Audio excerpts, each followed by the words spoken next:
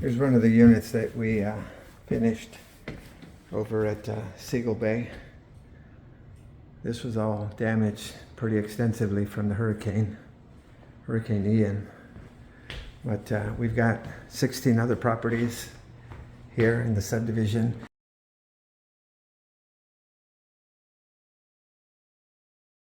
But the new renters are coming in about half an hour. It was just the one little issue. Look how cool the kitchen is turned out.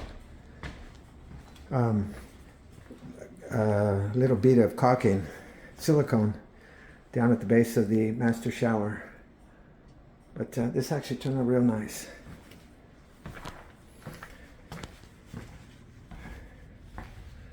Laundry, 1 bedroom. This did not look like this. 2 bedrooms.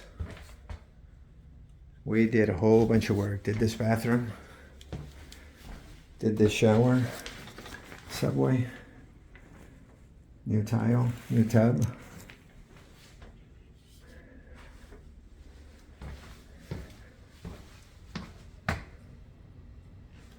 Let's take a walk upstairs. It's got a nice view that way, but take a look upstairs. So this upstairs was tore up pretty bad as well. You get tired of walking up and down these stairs. Yeah, lots of calories burned. You get a much better view though up here.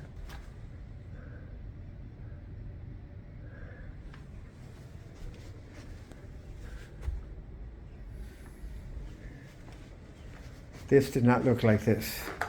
Not one bit. It's completely outdated.